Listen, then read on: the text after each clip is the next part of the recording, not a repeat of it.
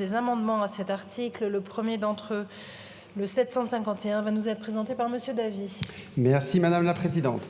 Alors, les politiques de formation et d'orientation que nous allons effectivement examiner avec cet article 2 doivent répondre aux enjeux pour l'agriculture. Et ça ne va pas vous surprendre, nous avons des façons différentes d'appréhender les enjeux pour l'agriculture, et ben, ça a des effets sur nos façons d'appréhender la formation. Je rappelle quand même pour nous les grands enjeux. Premier enjeu, c'est la souveraineté alimentaire. Et on n'a pas la même définition que vous de la souveraineté alimentaire. Ce n'est pas juste la balance commerciale. Pour nous, c'est le fait que les populations doivent pouvoir décider de la provenance et de la qualité de leur alimentation et doivent être souveraines sur ce choix-là. Deuxième enjeu, c'est la bifurcation écologique. Et pour ces deux enjeux, pour répondre à ces deux enjeux, il nous faut plus d'agriculteurs. Ça, c'est au centre de l'ensemble de nos amendements.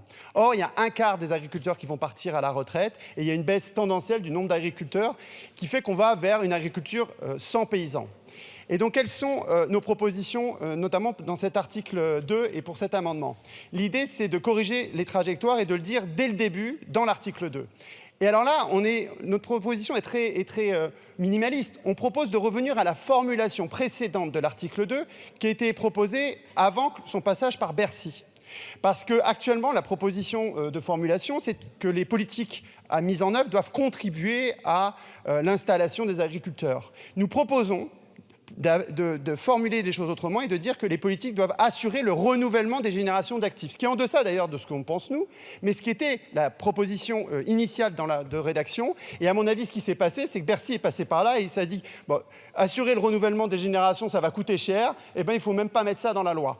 Donc nous vous proposons, Monsieur le Ministre, d'être courageux et de revenir à cette formulation initiale et de mettre dès le début de l'article 2 qu'on va mettre les moyens pour avoir plus d'agriculteurs et pour assurer la bifurcation écologique. Merci. Je vous remercie, mon cher collègue. Madame la rapporteure. Alors, j'entends votre souhait. D'ailleurs, juste entre parenthèses, en Bretagne, à l'instant T où je vous parle, il manque 6000 paires de bras pour travailler en agriculture.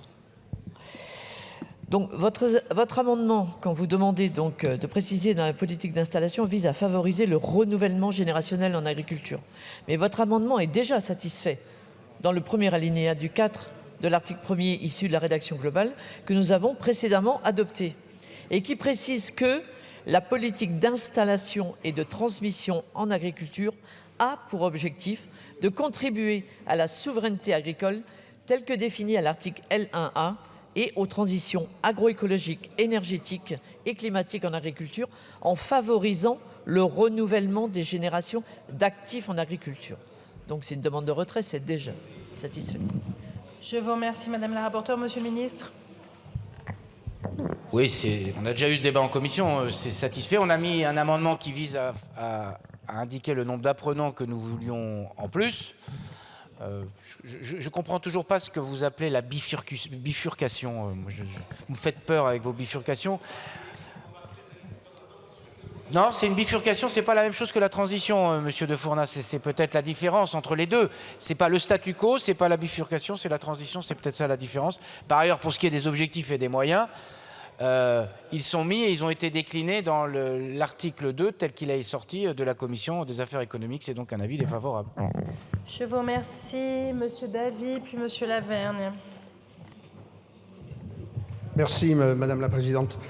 Oui, hier, il a été à plusieurs reprises reproché effectivement l'hémorragie dans les effectifs de la production, dans la production agricole, hémorragie reprochée à Emmanuel Macron.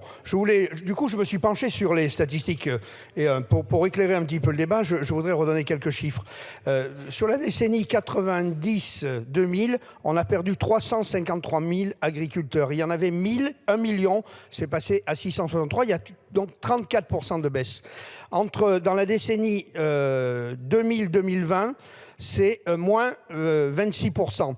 Et sur la seule décennie 2010-2020, c'est moins 20%. Donc, c'est bien de reprocher effectivement au président de la République la baisse des effectifs du nombre d'agriculteurs ou de le reprocher au ministre des gouvernements d'Emmanuel Macron ou encore plus le reprocher à Marc Fesneau. Mais sincèrement, je crois que cette diminution des agriculteurs, il y a longtemps qu'elle est enclenchée et certains devraient ici avoir un peu d'humilité parce qu'ils ont eu des responsabilités et je crois qu'ils auraient pu d'abord se pencher sur cette question avant de le reprocher aux autres. Je vous remercie, Monsieur Davy. Alors, Monsieur Laverne, vous n'avez pas dû m'écouter. À aucun moment, je reproche à ce gouvernement-ci. Je fais un constat d'une baisse de nombre d'agriculteurs. Et puis, par ailleurs, ce que vous décrivez sur le fait que la baisse est là depuis très longtemps et là, ça augmenterait de 1% au niveau des formations, ça permet d'éclairer la différence entre la transition et la bifurcation, vous voyez. Là, vous êtes dans la transition, donc c'est un peu lent et c'est trop lent par rapport à la bifurcation. Alors, juste par rapport à ce que vous disiez sur il est satisfait ou pas. Moi, ce que je me pose comme question, c'est pourquoi on n'a pas conservé la version initiale. Alors, c'est pas nous directement qui avons vu ça, c'est les professionnels, notamment du ministère de l'Agriculture, qui ont attiré l'attention sur ces formulations, et notamment le mot « doivent » n'est pas présent dans les nouvelles formulations. Et ce qu'on propose, c'est « doivent assurer le renouvellement des générations d'actifs ». Donc, ce n'est pas quelque chose où on va tendre vers, etc. Non, c'est le rôle de l'État de mettre suffisamment d'enseignants pour qu'il y ait suffisamment d'agriculteurs qui sont formés et de chiffrer ça avec une planification. Autre gros mot, voilà, planification. Alors, très sincèrement, pourquoi on a besoin d'une bifurcation? Mais parce que le modèle agricole actuel présente deux problèmes majeurs. Les agriculteurs ne peuvent pas vivre et on est à un moment, évidemment, où tout ça peut avoir un collapse, c'est-à-dire qu'on peut avoir plus d'agriculteurs et donc on perdrait totalement notre souveraineté.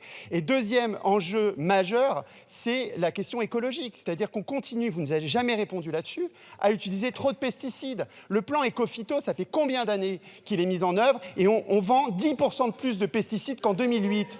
Eh bien, c'est les chiffres, c'est les chiffres. C'est les chiffres. Non, c'est les chiffres. Et j'ai été au conseil scientifique de l'INRAE pendant 5 ans. Donc les chiffres, je les connais quand même, chers collègues. Donc c'est les chiffres. Donc il faut que vous fassiez une bifurcation de ce modèle. Et il faut engager ça très rapidement. Voilà. Et sur les émissions de gaz à effet de serre, c'est pareil. Et pour ça, on a besoin de plus de bras. Parce que si on a une agriculture moins intensive, certes, on va baisser dans certains cas les rendements. Et donc, il faut augmenter le nombre d'agriculteurs. Donc, il faut en former plus. Voilà. Je vous remercie, Madame Genevard.